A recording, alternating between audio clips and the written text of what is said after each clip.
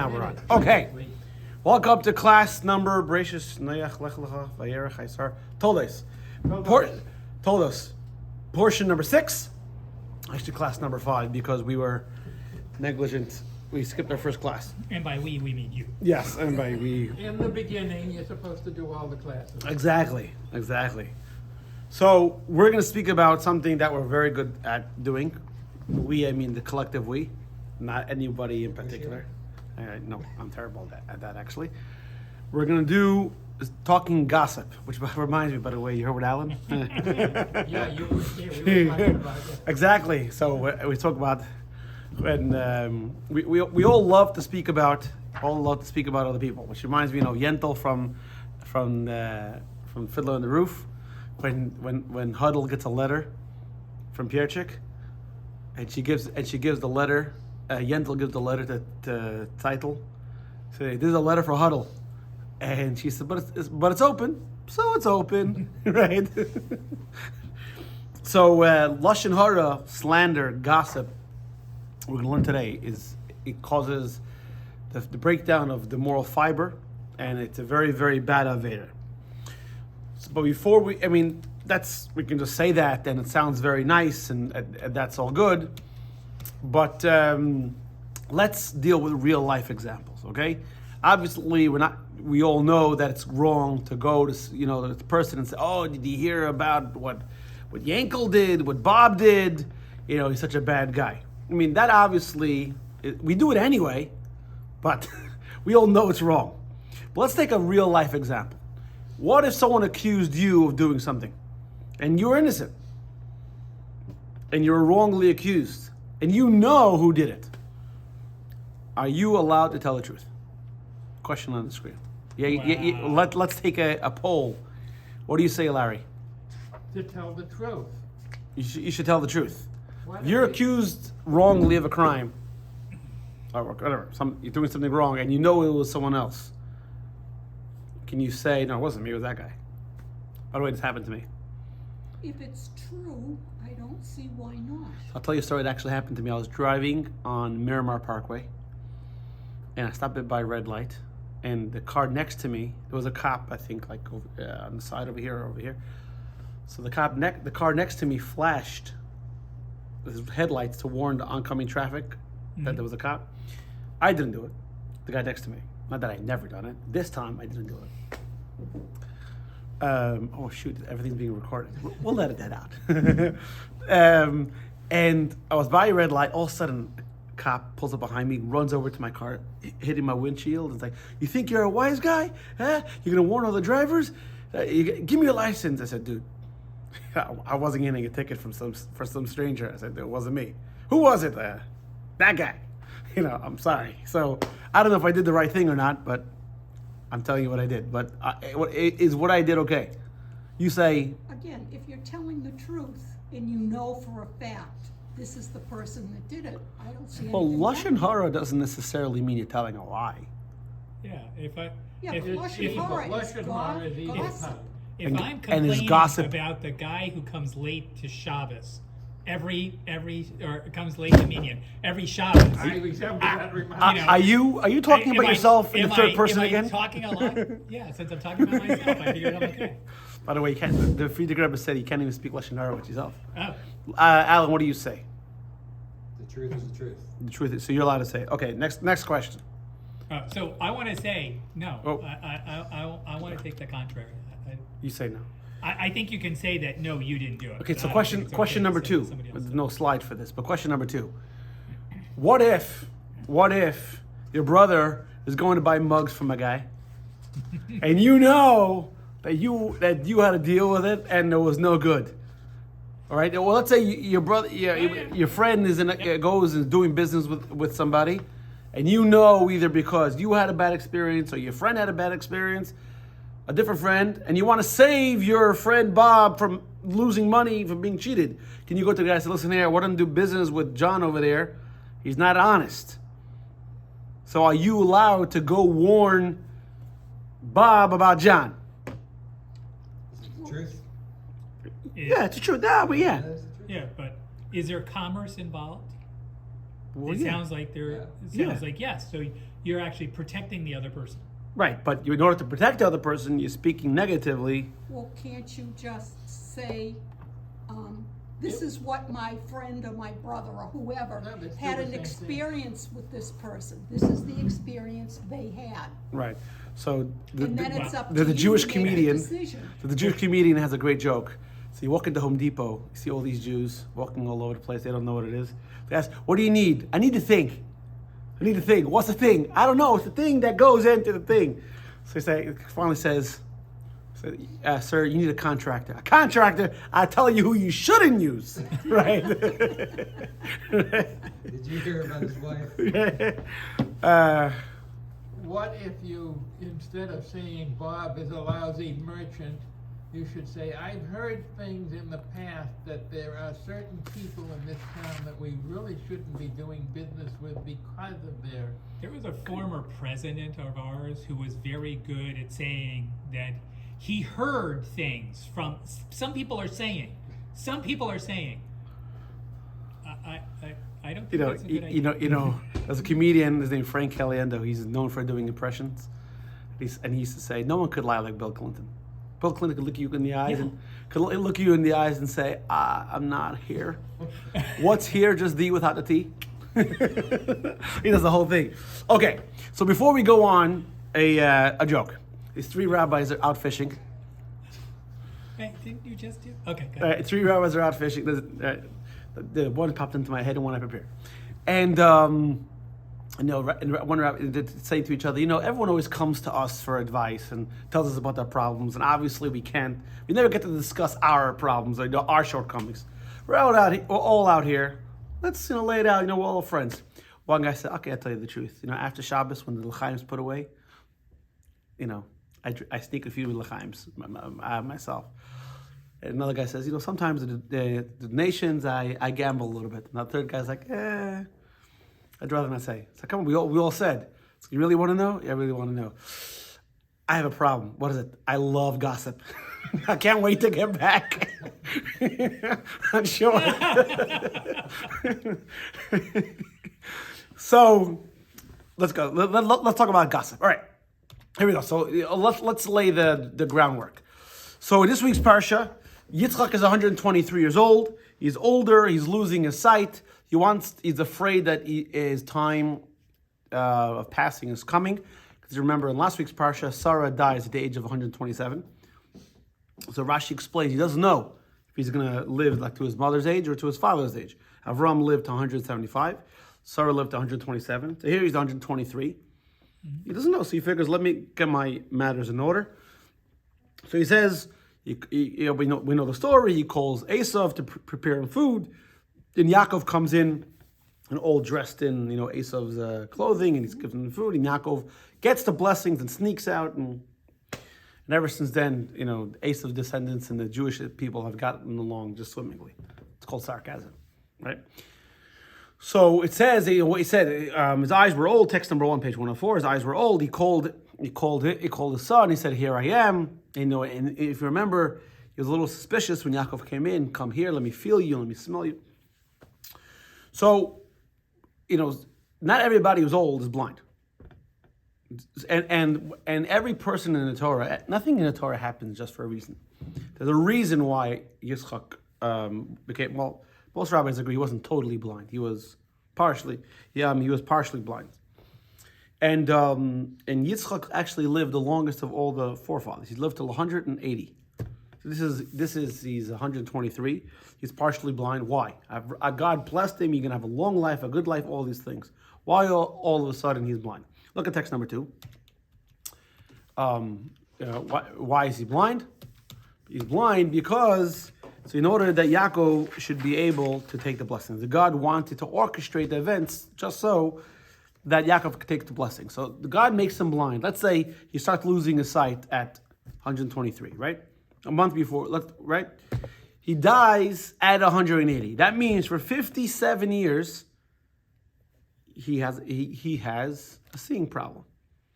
Now, wouldn't it have been easier and this question is asked on behalf of Rivka and also on behalf of God. We're not going to discuss the Rivka element. We're going to discuss God element.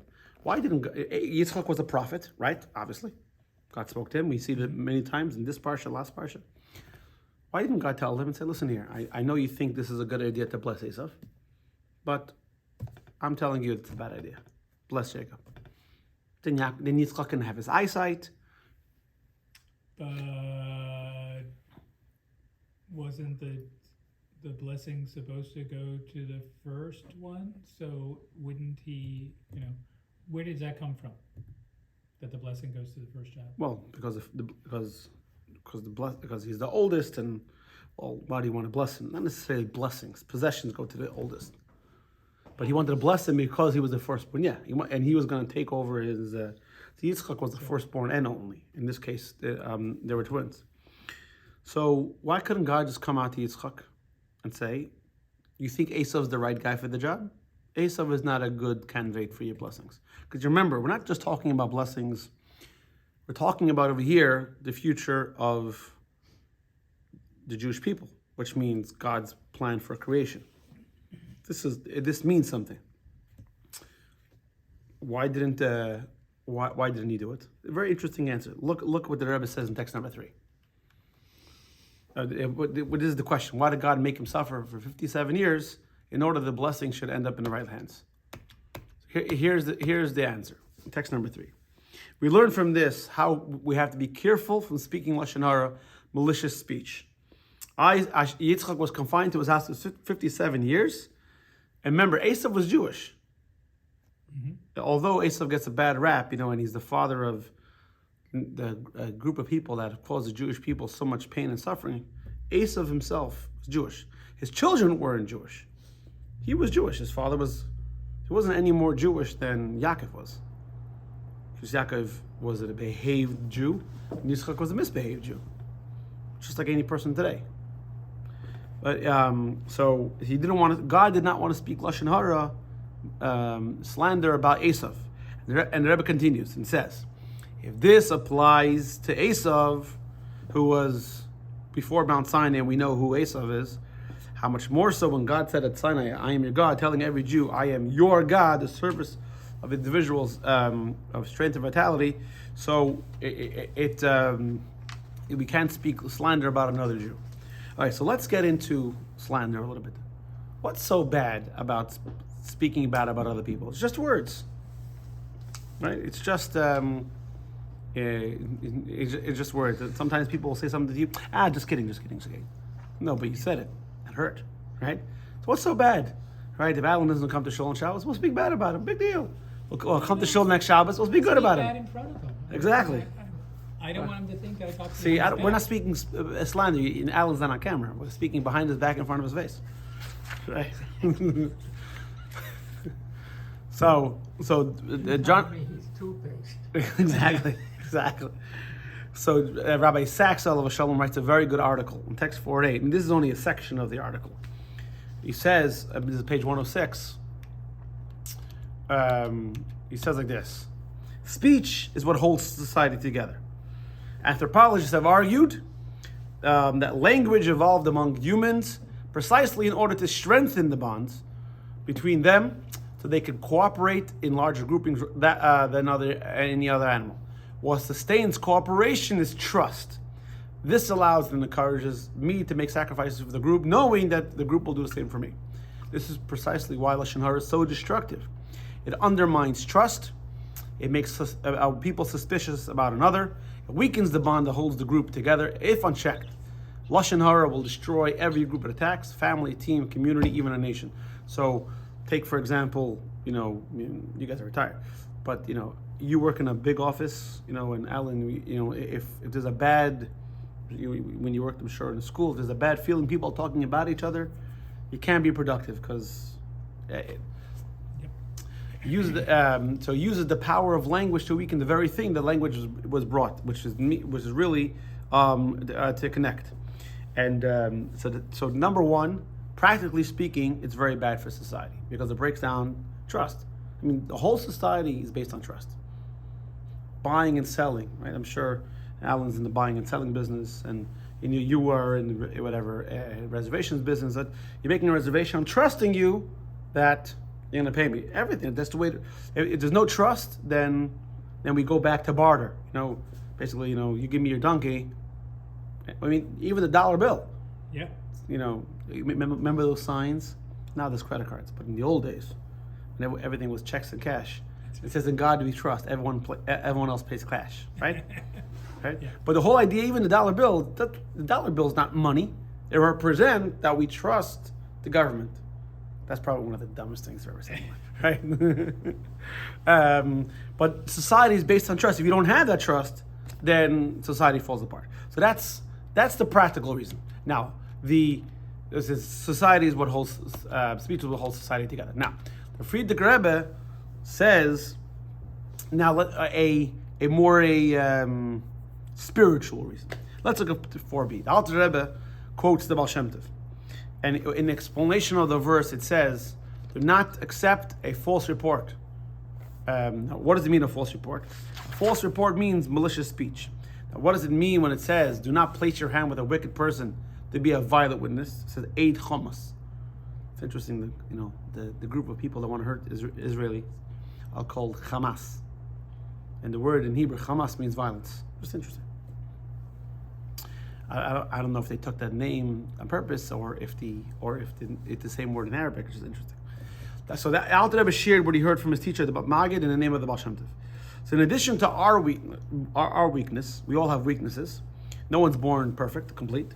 We each receive a special strength from above when our soul descends to earth. Now, when two witnesses testify to action that we committed under the influence of our weakness, our strength is removed, and this is a form of violence. Accordingly, this passage now can be understood very well. Do not accept the false report, meaning do not accept malicious speech, so that you do not place your hand with a wicked person. Who's the wicked person? In the verse, the wicked person is your evil inclination, the Yetzer Hara. And together, to be a violent witness, to violently steal another's goodness and inner strength. So it says like this: everything has good and negative. Nothing is 100% good. Ever since the sin of the tree of knowledge, nothing is 100% good. Even candy, ice cream. Right? You eat a bowl of ice cream, and you're thinking, Ice cream's always good. ice cream's always good. You have one bowl, good. Two bowls, better. After bowl 4 or 5, you're like, I don't know if that was a good idea, right? I'm glad I didn't have dinner. Right. Now I had room. Right.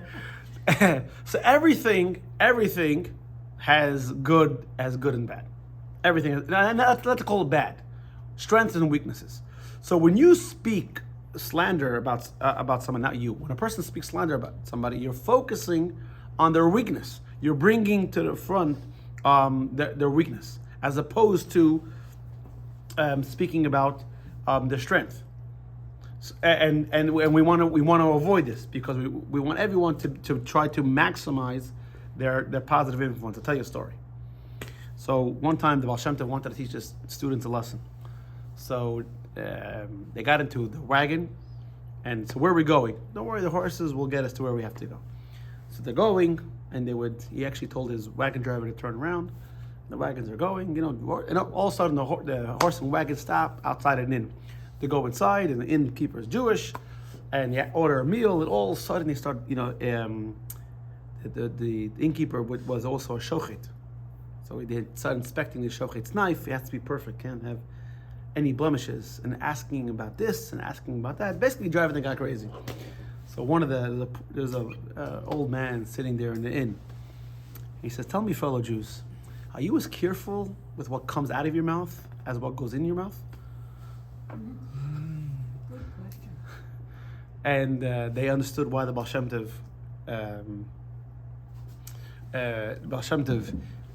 brought them there. So, meaning when you say something, that's an effect. It's saying it is an action, right? I just flew from New York, so right in front of me was the exit row. So if you ever sat in the exit row or next to it, the flight attendant comes and says you're sitting in the exit row, and you might be called on to assist. Do you agree? And she says, I need a verbal yes. You can't just do this. You have to say verbally yes. Saying is an action.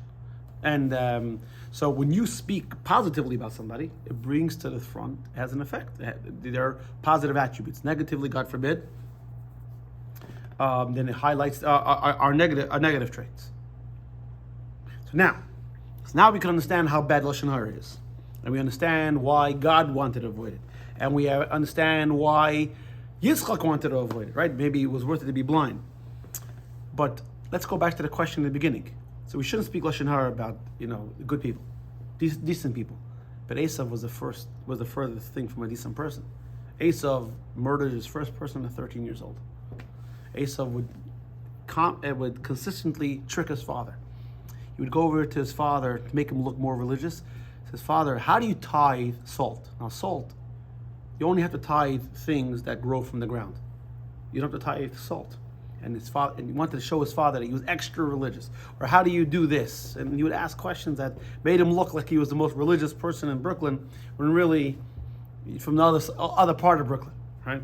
He was from Queens. Right, he was from the Bed-Stuy part of Brooklyn, not the Crown Heights part of Brooklyn, right? So, yeah, you've been there, right? And you made it in and out of Bed-Stuy by yourself, Hey, I was the only white guy in McDonald's, so I felt kind of out of place. So now comes the question. Mela, we're talking about a decent person. We understand why God wouldn't want to speak slander. But here, Esav was a bad guy. So why? And Yitzchak was about to make a massive mistake. Wouldn't it be okay for God to go talk to Yitzchak? Would this still be Lashon Hara? Saying, listen, the guy you're about to speak, we know we learn the halachic parameters that you shouldn't speak Lashon Hara. It's terrible for the person and everything. We get it, but that's about regular people. What about bad people? Can you speak Lashon Hara about bad people? So Well, they're not completely bad. Right. Nobody is completely bad. So I'm going to say the answer is no. You still can. You sound like my principal, right? Mr. Druzier. Your husband, your son Mordechai's a good boy, but like once you made that, that little declaration, you can say whatever you want. It's like saying no offense to somebody, and then follow it up with every insult in the world. Okay, so let's examine the laws of Lashon Hara, and then we'll go back to the answer. So it says like this. No, we said this already. Where are we? Oh, question: if God knows that Esav is a swindler, why would it be Lashon Hara? Okay, text 5a. So this is the verse in Leviticus 19. This is page 108, and says, "Do not be a peddler." Now, this pasuk is obviously not to be understood literally, because a peddler is actually necessary for the economy. They take wares from point A and sell them in point B. That's called commerce. Mm-hmm. So a peddler over here doesn't mean don't be a person that moves. I remember, I grew up in Crown Heights, and I guess it was the end of the old times. There was an older guy that would have a wagon. He would go from house to house, and he would sell, I don't know, small appliances, the tchotchkes or whatever it is. And he'd come to my house, and Mr. Druzier, what you want anything? He was an old guy, white beard. I mean, maybe he wasn't even so old, but when I was a kid, he was an old guy. And he would go and push his, they say in Yiddish, a vegel. A vegel is a little wagon. And you go from house to house these days. I can't believe that would have still been going on when you were young. But again, I grew up in the Jewish neighborhood, which is, we're saying we have a throwback 20 to years behind. Okay. I'm saying yeah, but you still have those people who did these old jobs. So a peddler over here. So what does a peddler mean? And why is it connected to don't stand by shedding of your fellow's blood? What does one thing got to do with the other? Don't do commerce and also I am God. What's going on? Okay, so text 5b. Why is it called a peddler? Because gossip mongers are called peddlers. Because those who instigate quarrels and spread gossip visiting the home of friends, because they wouldn't just go and say, "Hey, can I show you this cup?" Everything else. They would say, "Hey, in order to warm them up to sale," it says, "Let me tell well, until you get a cup of coffee, I gotta tell you about Michael J." Right? We're friends. I would only say this to a friend, right? And so that's a problem. So and these are people that travel from house to house, town to town. So they were the ones that were They were the Peddling and gossip. peddling and gossip. Is there? Isn't there like I think the New York Post has like page 6 or something, or there's a page that has to do just with gossip. I think it's now. So now, what's covered under this prohibition? What aren't you? What are you allowed to say? What aren't you allowed to say? So Maimonides says, remember, everything has a law. If the Torah says you can't do it, then there are parameters. You know, Torah doesn't. Well, actually, the Torah does say. Torah says be a nice guy, but that's not a law. That's you should go beyond the letter of the law. When the Torah says a law, there has to be parameters. Like speeding is 56 miles an hour. That's what speeding is. Depends if you're in a 25 mile an hour speed zone. Regardless, right? So If you're at 25, 26 is speeding. right, Yeah, he said, 25.1 is speeding. he right. said 56. Right. That's not speeding. So there are parameters to the law. What's the parameter to the law? So Maimonides says, who is a gossiper? Someone who collects information about person A, and saying this is what so and so said, this is what I heard from so and so, even if it's true.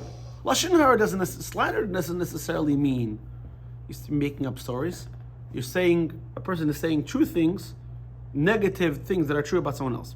Then there's a much more serious thing, lashon hara, which And it's not necessarily negative. right. So A, it's not negative. It's just stuff. Then B, it's negative. So if you go to somebody and you say, "Yeah, I heard Michael J got a Ferrari," right? Now, From your mouth to God's ears. right? Well, you're second in line. First is my Ferrari. Please. I can wait. Exactly. Right. I'm waiting. The problem is the parts. That's the problem. That's why I haven't gotten my Ferrari. Right. So what are you doing? Oh, then everyone starts thinking, "Ooh, Michael J." Ooh, right? Remember Ruth Rosenthal? Oh, yeah. Yeah. I was thinking about her the other day. Yeah, so I remember one time, and she would do this, even though she was speaking. I think she passed away. Yeah. I'm sure.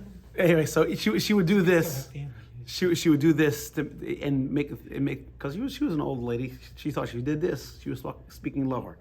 We used to laugh. We had a great time with her. So my brother-in-law Itcher once walks into the show. She goes, I forgot who else. It goes, see that? He does well. Like no, she was so fun. We had a great time with her. She was one of a kind. Yeah. So when you say, "Oh, Michael J had a Ferrari," everyone's thinking, "Oh, what's does he do? Oh, you heard it. It's a cash business. Oh, cash business. Oh, he doesn't pay taxes. It's a loophole. You know what I'm saying? So, number one is don't speak about other people. The second level is what's called slander, which is strictly forbidden. When a person says, and obviously making up stories about somebody, that's totally forbidden. But even if you say it's true, it's negative, you're not allowed. Now, what if, now going back to the question in the beginning, what if you're being blamed for someone else's crime? So there's a story in the Gemara. Look at text number 6. This is a story in the Gemara that in the old days, when things were written on papyrus and everything else, they didn't want the documents to be folded. Then the letters would crack, or the ink would smudge, and you couldn't tell the dates and the signatures. So comes a document was tied. So Rabbi Yehuda was the leader. Rabbi Yehuda was the one who wrote the Mishnah. And he says missing a date. So his son said, no, it's hidden between the ties.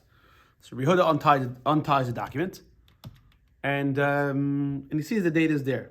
So he looks at his son and said, you should know better. You didn't do it. So Rabbi Yehuda said, I didn't do it. That guy did it. Rabbi Yehuda Chayata did it, wrote it.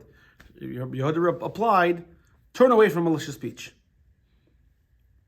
So what should have Rabbi Shimon done? Accept blame?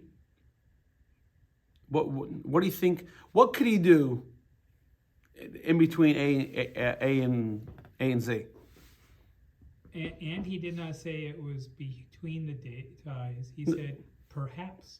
No, that's not the problem. The problem is the second to last line, where he says Rabbi Yehuda Chayata wrote it, and then his father says to him, "Stay away from lashon hara." Maybe he should have just said he didn't write it. He could have just said, "I didn't write it," and then actually later we're going to learn. This ties into Yitzchak later. I'm not Yitzchak, Yeshua. Yeah, we're gonna learn. Yeah, in text number 11, text number 8. Sorry, his father said, "Who wrote it? No, you do your own investigation. No, I'm not. I'm not the police here." You can say a learned person did it. You could say a no goodnik did it without saying a name. Is Right. that Lashon Hara? No, you could say I didn't write it. An experienced person wrote it. No, that wouldn't be lashon hara. Could be Right. that guy.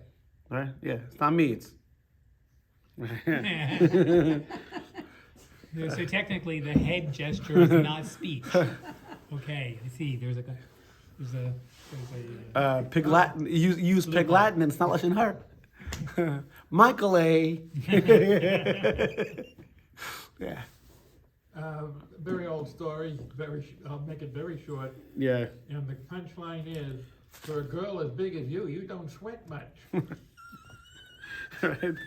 So So it's a left-handed compliment. Right. You do a left-handed. no, so you could say it wasn't me. It wasn't me. Now there's another story in the Gemara. This is a little bit of an extreme story. This story shows how a rabbi went out of his way. He actually accepted blame in order to save another person from embarrassment. So apparently, Rabbi Yehuda Hanassi he had some health problems. He had a urinary infection, and he also had some allergies. And one of the allergies was to garlic. So one time he's giving his class to all these rabbis, and he smelled garlic. And so he said, whoever ate garlic, leave. So what happened was, his foremost student got up and left. His name is Rabbi Chia. Got up and left. So what happened was, Rabbi Shimon went to Rabbi Chia and said, because of you, my father was uncomfortable. You don't know better. You know that not to disturb my father. So he says to him, there should be no such behavior among Jewish people. That means it's basically saying I didn't eat the garlic, but I wanted to save the person from embarrassment. So therefore, Rabbi Chia was like the most foremost student. He says it's okay. Let people think it's me. I'm not going to be devastated and torn down by. If people think it's me. But this guy, well, you didn't know who it was. The other guy might be devastated, and all the students are going to look bad about him. He says, so I'll take it upon myself. So going back to what was saying before. So if you know, saying if you want to find out what happened, then you have to do your own investigation. Don't rely on someone else to spill the beans. So we have a story in the book of Joshua. If you remember, in the book of Joshua, the first victory the Jewish people had was in Jericho. And then, if you remember the story very quickly, Joshua made a vow that no one was allowed to benefit from the spoils of the city. Everything had to be donated to the temple. There was one man, his name was Achan, from the tribe of Yehuda, and he couldn't hold himself back, and he took some nice clothing, some gold and silver, and hid it under his tent. Yeshua didn't know. No one knew. So Yeshua then dispatched 36 men to the city of Ai, and they were attacked and they were killed. Well, a whole discussion, how many men. But Yeshua was devastated because God promised him absolute victory every time. So Yeshua cries, and God said, why are you crying? He said, what do you want me crying? We lost. So he said, because someone sinned. So you look at text number 8, Yeshua said, who sinned? God said, do your own investigation. I'm not going to speak bad. And you want to find out. No, God gave him the method to find out. God said, you do a lottery, and I'm going to guide the lottery to make sure. But I'm not going to tell you. You have to try to figure out yourself. So here we have a guy who did something bad, caused actually, because of his actions, it called loss of life and everything else. But God says, I'll tell you, you got to do your own investigation. Now, there is an exception. There is an exception, because if you realize, in all of these stories, the event already happened. There is an exception. If you're trying to prevent something bad from happening, then you can. So if you look at text number 3, this is, again, going back to Maimonides. This is in the laws of slander. That's text number 3, sorry. Text number 9. Text number 9, he says, whoever can save another and fails to do so transgresses the commandment. That means, and again, this is why these two things are together in the verse. Remember we said, why is gossip and standing idly by in the same verse? So if you know someone is conspiring against another, or to help, or setting a trap. So first of all, if you know the perpetrator, you should try to convince the perpetrator out of committing that offense. But if you can't, then you can go over to the potential victim and say, listen here, I really don't think it would be a good idea because this person's trying to hurt you. So we see a difference. I mean, so basically, is speaking about the person, is it going to serve any productive purpose? So if it already happened, then we say, no, I'm not going to tell you who it is. You figure it out for yourself. If we're trying to prevent the crime, then you could. Now, question. Let me ask you. Let's turn it around. If I come to you and I say, listen, I wouldn't do business with Bill. You know, he's not an honest guy. Will you do business with Bill? Probably not. Yeah, but maybe. How do you know I'm telling the truth? Well, no. Maybe I don't like Bill. I was just gonna say that could figure into. Or maybe it happened, but something happened in that particular. It's almost like saying, like, if you have an Apple phone and you got a lemon. Oh, all apples are bad. Yeah. I mean, so actually, if you look at text 10a, you ever heard of the Chafetz Chaim? Chafetz Chaim is a rabbi. Look in the biography, page 112. He lived, almost 100 years. But he wrote, the reason why it's called the book Chafetz Chaim is because that was the name of his book. His name was actually Yisrael Meir Kagan. And he wrote a book called Chafetz Chaim, all about the laws of Lashon Hara. And studied until today. It's a great man. And he also wrote the Mishnah Berurah, which we have here. Very, very great man. And he says like this: when someone speaks ill of another, think the following. It could be stories false. Maybe the speaker has his own motive. Or even if it's true, maybe he added some details, or omitted some details, or altered the tone of his voice to change the complexion of the story. Right? It says, how do you know you too drunk to drive? When you come to a sign and it says, no, U-turn. Right? Just the way you say something changes the whole story. Yeah. At the very least, try to find a defense for the perpetrator. Maybe assuming that what he did, it was an error. So just because someone comes to you and gives a bad report, doesn't mean right away you have to believe it. I mean, you can believe it also with a great assault. A big, not a grade, a whole. So now, and let's say a guy is supposed to be an upstanding member of the community, right? Fellow Jew. Someone comes over to you and tells you something bad. Say, really, that guy? That should cause you pain. That guy did such a terrible thing. I mean, you should be bothered that how could a person, like Beryl Wine, the historian says, the stories told about the Chafetz Chaim are not the same stories told about Richard Nixon. Regardless if the stories are true, it tells you about the character of the person. So someone comes over to you and says something and you're thinking, that person has better character. Maybe, let me do my own investigation. Look at what the Rebbe says in text 10b. This is in the book Hayei B'Yei. And he says, we have a tradition attributed to the Baal Shem Tov.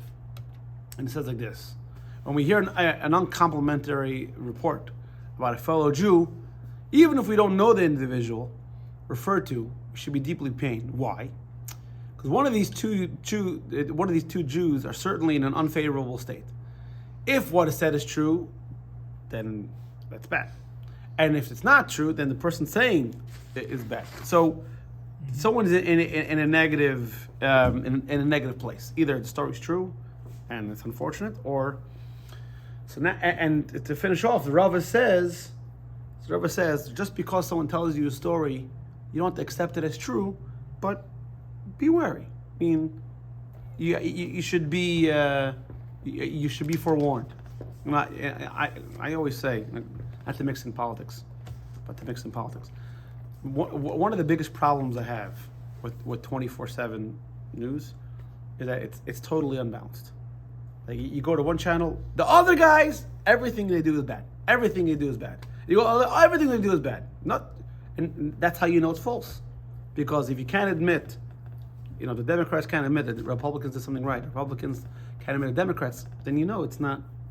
There's no truth there. They just want to attack the other person. It's slander. So now, all right. So now, going back to our question. So if we established in text number in text number 9 that if you are going to prevent a crime, prevent a negative occurrence from happening, you are allowed to say something. How come God? Remember, the difference between Esav and the story of Joshua is the story of Joshua had already happened. God told Joshua, do your own research. But here, it was about to happen. Yitzchak was going to give the blessing to Esav. Wasn't God allowed according to the law? I mean, God, by the way, it's important to understand that God abides by his own laws. He doesn't speak slander. He visits the sick. Whatever he commands us to do. Actually, it says in the Kabbalah, he also puts on tefillin. The actual Kabbalah, in the Gemara, it talks about this. About it.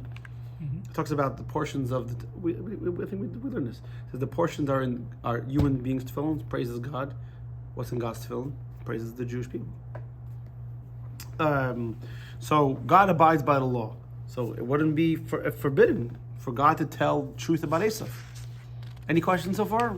Everyone following? Good? Yeah? Except that if it's not forbidden, then why didn't he do it? Exactly. If it's not forbidden, why didn't he do it? Okay. So there are two ways to avoid Lashon Hara. One is to resist the impulse to gossip. Okay, we're going to put that one on the side. Because, We don't deal with resistance. Right. And the other is to refocus. To focus on love about the person who we are about to gossip. So there's a mitzvah. Maimonides says in text number 12, there's a mitzvah that everyone has to love another Jew, and love him as you love yourself. Now, what does that mean? So just like you would never walk in and say, "Hey, Michael J, let me tell you about the miserable person. If you would have seen what I did, you would never do that, right? Not only that, even when you do something wrong, you're like, it was okay. So what you do is bad. What I did, it's I meant well. Exactly. That's why it says the road to hell is paved with good intentions, right? So just like a person would never speak bad about themselves. So same thing, you should try to do the same thing for another person. That is, Maimonides says, is part of the fulfillment of love your fellow as yourself. And the Rebbe expands upon this. This is text number 13. And he said this. There's a general rule that the power of positivity is stronger than the power of negativity. That's always the truth. So even if, we'll take Barbara as a teacher, even if you have a bad kid in your class, so you show them love and attention, and a couple, not kidding. When nobody's looking. Right? Never. And only on the parts of the body that don't show. Exactly. No, if Joe is bad, you beat up Harry here because Joe's very sensitive Right. about What I those used to things. do is if I had to discipline a child, I would take him out of the classroom and talk to him. But, Or out of camera range, by the way. no, because there were no cameras. Yeah. But I would also take a child who was doing very well and do the same thing.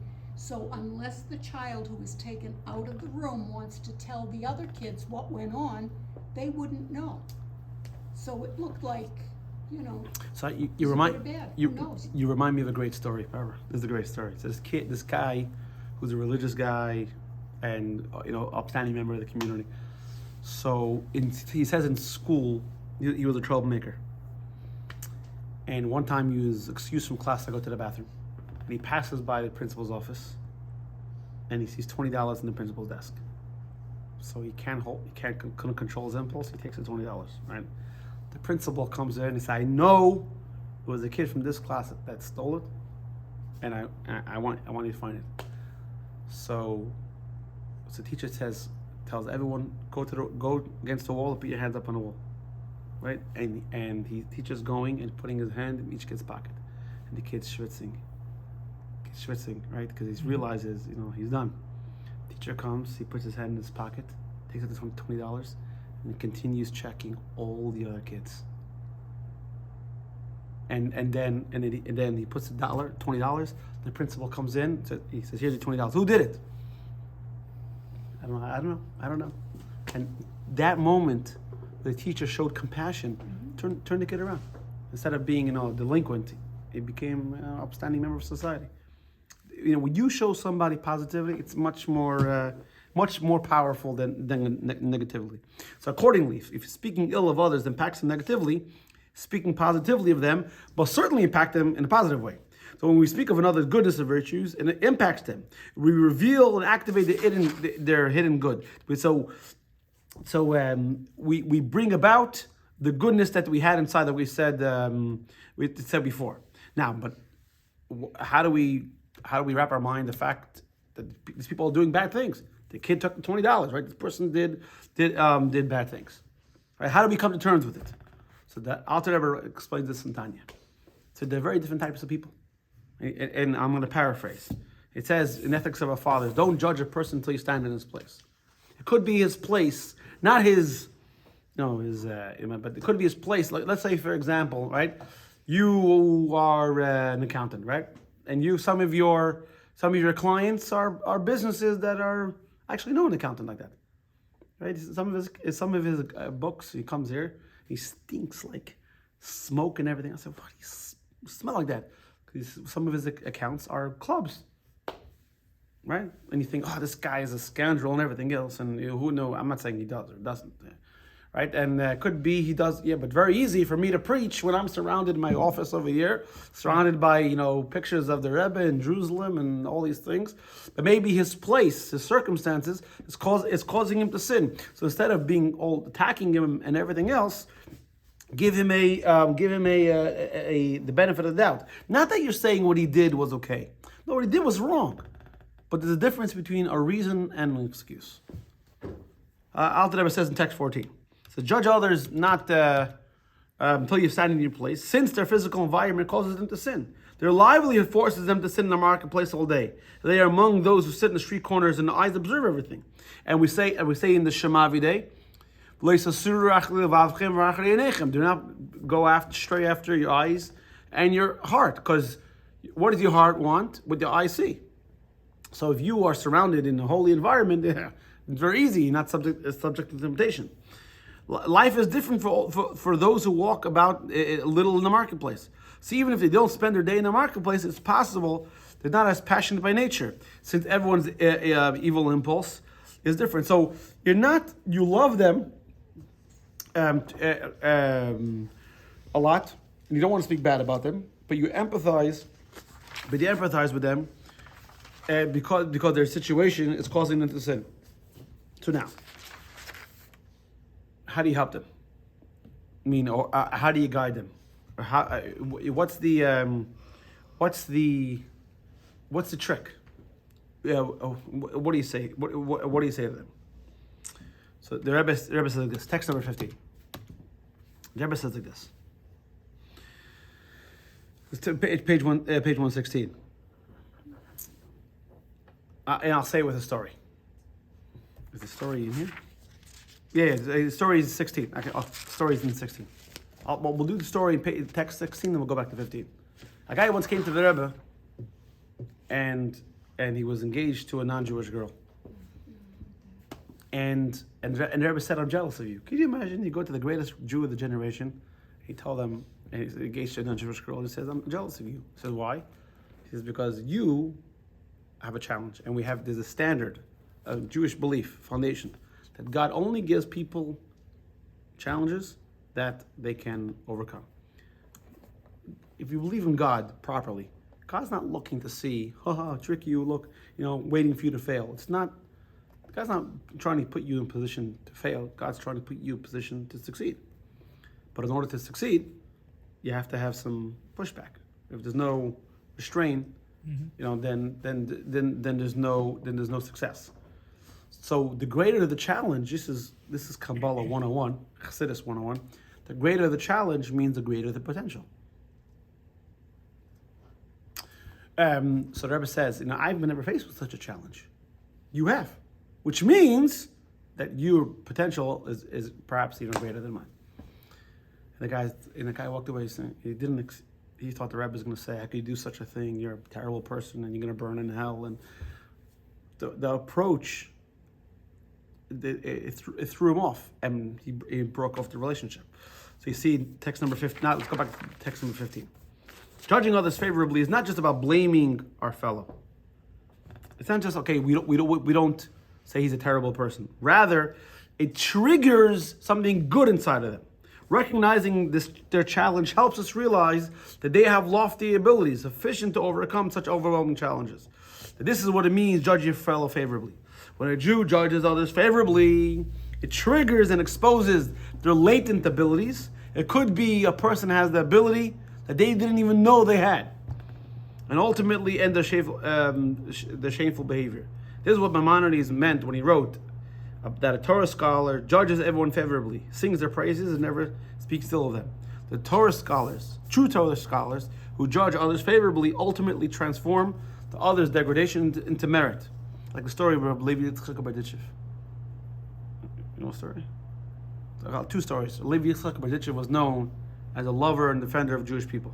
So one day they come out of shul, and they see a Jew. He's in Talsin Tefillin, and he was a wagon driver or something. So he was, every morning they had to grease their wheels. I don't know, every morning. Had to grease their wheels. So in Talsin Tefillin, he's greasing his wheels. So the student goes to the rabbi and says, Rabbi, look at this guy. What a bum. He's greasing his wheel in Talsin Tefillin. Levi Yitzchak says, you see what kind of Jew that? That even when doing a mundane act, he's still thinking about God. You know, totally flipped the narrative. Mm-hmm. Or another one, he goes on Yom Kippur. You see the Jew smoking outside the shul. Obviously, the guy was trying to make a statement. He's smoking.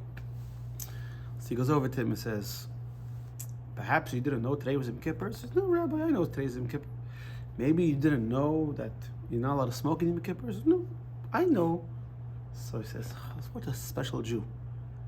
On Yom Kippur, a Jew doesn't tell a lie." Now, he wasn't fantasy in La La Land. In La La Land, because he loved every Jew, you know, going back to Barbara, because she's a teacher, you'll identify with this. You have parent-teacher conference, and the kid has issues, and the parent walks in and says, "My kid?" Not mine. Exactly. And you're like, hello, right? Because when you love someone so much, you focus on their good. So when a person is faced with a challenge, you try to bring out their ability to overcome that challenge. Now let's get back to Yitzchak and Esav. You think Yitzchak didn't know who Esav was? Yitzchak wasn't an idiot. Yitzchak is one of the three. Yeah. You're saying Avram, Yitzchak, Yaakov. Is that not only that? It says in the Medrash that when Mashiach comes, we're going to say, Yitzchak, ki ata avinu, you are our father. There's something special about Yitzchak. Yitzchak, many times, Avram and Yaakov get all the press, and Yitzchak's like, who's Yitzchak? Didn't do anything, right? Didn't hit for a cycle. But Yitzchak wasn't a fool. Yitzchak was a great man. He knew exactly what Esav was.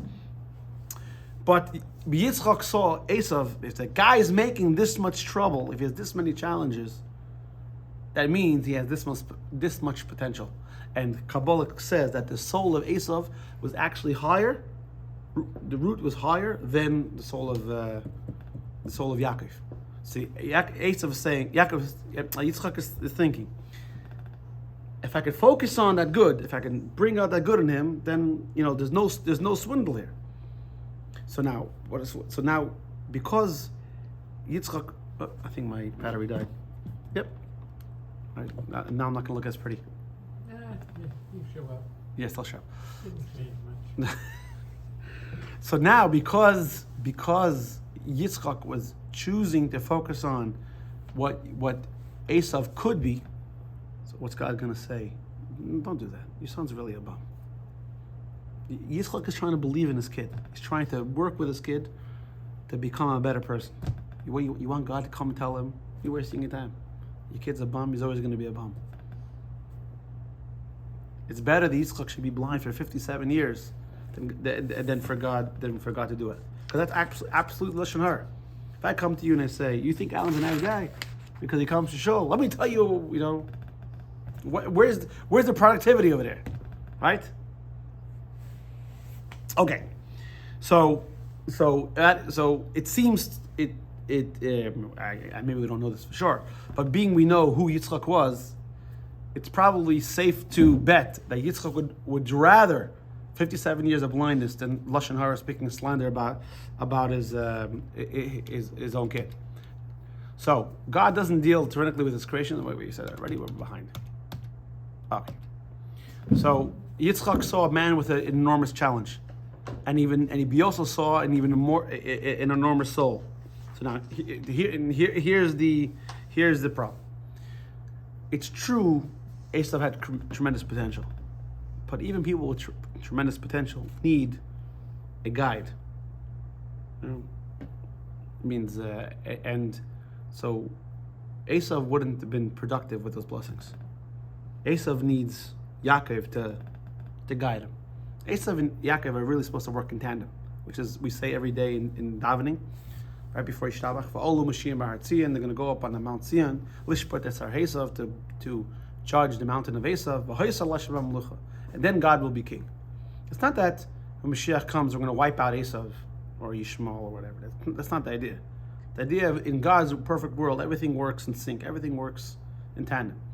So, but Esav had tremendous potential, but it has to be realized by Yaakov. All right, so let's go to some conclusions. So conclusion number one: if you're accused of doing something wrong, can you may you tell the truth? I mean, this is the way we started, and can you spare someone potential harm by informing them about something that he did? So we said you can deny, and you can deny without being specific, and if you're trying to prevent a crime, so to speak, you're allowed to try to prevent it. But what we should be doing is we should be highlighting a person's good. When you highlight a person's good, they tell a story, whether it's true or not. I don't know. It doesn't make a difference. I don't care. Of a teacher who came to a class and turned the class around, and they asked the teacher, "How do you do it?" He said, "Well, when I saw how smart they were," says I said, "These kids can't be so bad." So I taught them, these guys are geniuses. They're smart. How do you know how smart they were? I said, I got a list of all their IQ scores. He's like, those aren't IQ scores. Those are locker numbers. Now, whether or not, I read the story, whether it's not true, it doesn't make a difference. But when you believe in somebody, you highlight their strength, it makes them believe in themselves. Okay, so the key points, and then one more joke. One of the reasons that Isaac was blind, so when Esav to mislead him, Yaakov to mislead him into thinking he was Esav, receives Isaac's blessing. God could have told Esav, it could have told Yitzchak that Esav was unworthy, but that would be lashon hara, malicious speech. And malicious speech is so bad, so repugnant, that it justifies suffering blindness to avoid it. And malicious speech causes irreparable harm to the community and to the individual. Actually, the Baal Shem Tov said that lashon hara hurts three people. The person saying it, the person hearing it, and the person who it's about. Now, there are very few circumstances that permit us to publicize another's faults. Even when it's permitted, our license to speak is strictly circumscribed. Now, speaking well of others is not just a nice habit; it actually helps them realize their strength and raises. So, end off with a joke. So there was a family that wanted to write a book about their family history. You know this one? And they going back to the Plymouth when they landed in came in 2020. The only problem was they had one uncle who was a big criminal and was executed in the late 1800s by the electric chair, and they didn't know what to do. So the author said, "I'll take care of it." So they get the book, and they want to know. Each one was the guy. He said, "Uncle John served time in a government institution, and he held a chair of great magnitude, and his death came as a shock to all of us." So there's a way to craft a message where you don't have to speak bad about a person, and if we can try, as hard as it is, to withhold negative speech, speak positively, it has a good effect, and it creates good vibes in the community, and people do good, and that's really what we're trying to do here.